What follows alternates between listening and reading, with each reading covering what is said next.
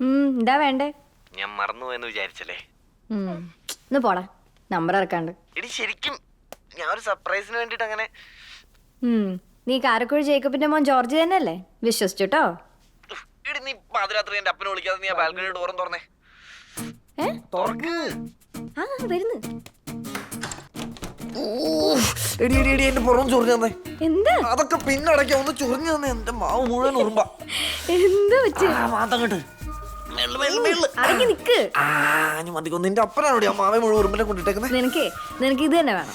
മര്യാദയ്ക്ക് എന്നെ കെട്ടിരുന്നെങ്കിൽ മുന്നത്തെ വാതിൽ കൂടെ വരാറുന്നല്ലോ. ഉറുമ്പടിയാണ് നിന്റെ വീട്. ആ ഷർട്ടിങ് ഊര്, ഞാൻ ക്രീം തേച്ചുതരാം. അല്ല കുഴപ്പമില്ല, പോയി. ഷർട്ട് ഊര്. അല്ല പ്രശ്നമില്ലെന്നേ.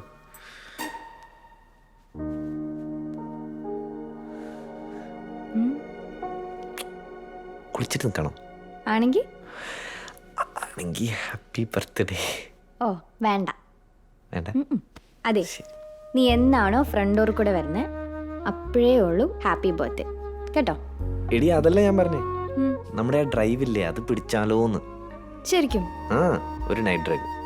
എന്നിട്ട് 12 മണിക്ക് നമ്മൾ എവിടെയാണോ എത്തുന്നത് അവിടെ വെച്ച് കേക്ക് കട്ട് ചെയ്യാം. കാര്യമായിട്ടും? സീരിയസ് ആയിട്ട്. എന്നാ 2 മിനിറ്റ് ഞാൻ പോയി റെഡി ആയിട്ട് വരാം. റെഡിയാവോ?